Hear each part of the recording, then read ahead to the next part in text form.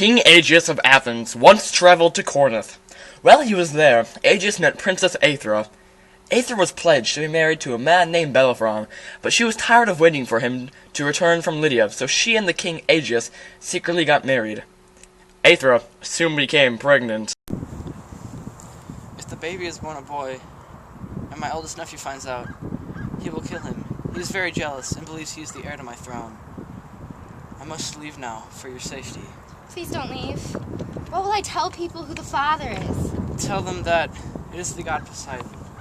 I'm doing this for your safety. I understand.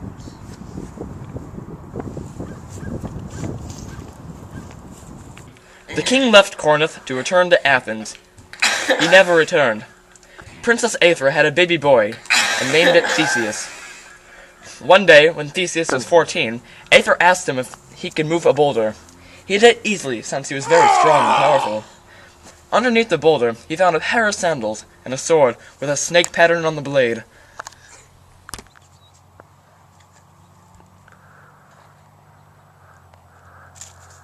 What are these? Those were left by your real father. Poseidon? No, Aegeus, the king of Athens. We had to pretend that you were not his son, to protect you from his nephews. They will not be happy when they find out you're the real heir to the throne. If you wish to visit your father, you may go to Athens. Take these with you.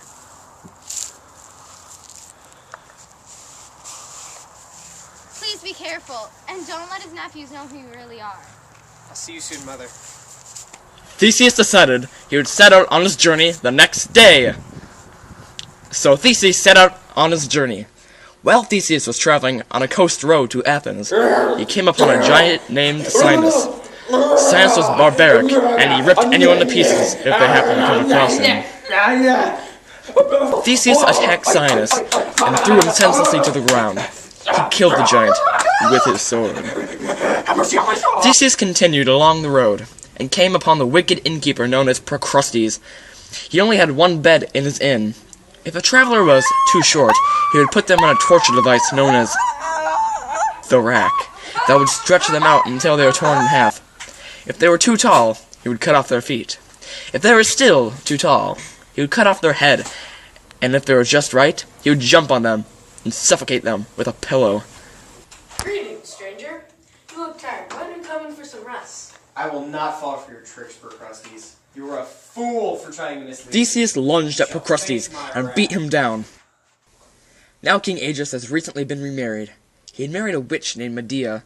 When Theseus arrived in Athens, Medea knew who he was by magic. She decided to poison him because she wanted her own son to be king. Aegeus saw the snake pattern on Theseus' sword and guessed that his cup of wise was poisoned. Stop! Don't drink The poison that burned a cup! hole in the ground, and Medea escaped in a cloud of smoke. Then Aegeus sent a chariot to Corinth to fetch Aethra. Next day, Theseus was ambushed by Aegeus' nephews, but he killed them all. Minos complained to the Olympians that his son's death was wrongful. The Olympians gave order that Aegeus must send 7 boys and 7 girls from Athens to be devoured by the Cretan Minotaur each year. The Minotaur was a monster, half gorilla, half man, which Minos kept in the center of a massive labyrinth. The Minotaur knew every corner of it and could smell his prey from the moment they entered. Theseus, the people of Athens are very upset and angry that you have killed your cousin. I must send you to Crete to be devoured by the Minotaur. You don't have any choice. The Minotaur won't eat me. I'll kill the Minotaur before it eats me. Well, I hope so. I'm the great Theseus. People of Athens haven't seen the last of me yet! I hope you're right. Now go.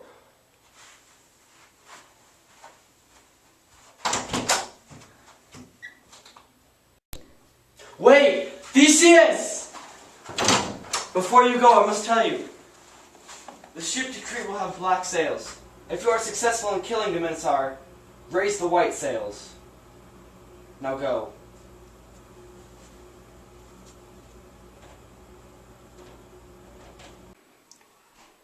Aphrodite, please heed this call for mercy. I beg for your assistance to kill the Minotaur. Eris, make Ariadne, Minos' daughter, fall in love with Theseus.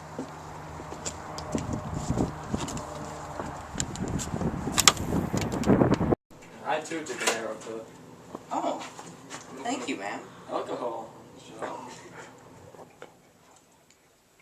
Man, that was some good stuff.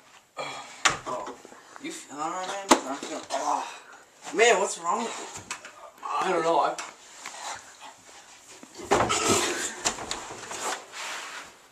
If I help you to kill the Minotaur, will you take my hand in marriage? Of course. Take this yard and throw it into the maze. Following it will lead you to the Minotaur. He sleeps 1 hour every night of the 24, and he sleeps soundly, so nothing will wake him.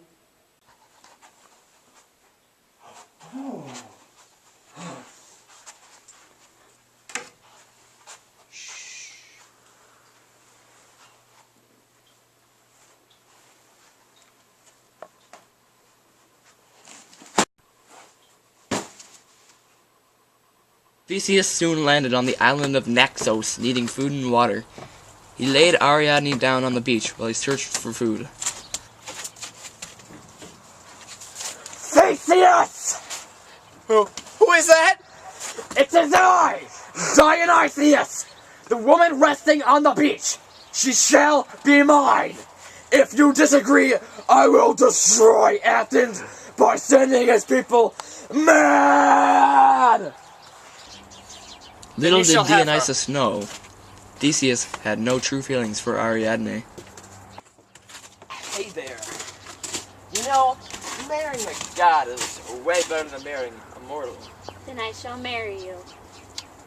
Come along. In the excitement, Theseus has forgotten to change the sails from black to white. This confused King Aegeus, who was so overcome with grief that he jumped off a cliff into the ocean and quickly drowned. One day, Theseus' friend Pirithous came and asked him for help. Theseus, I'm in love with a beautiful woman. Will you assist me in marrying her? Of course I will help you. Am I not the greatest king around?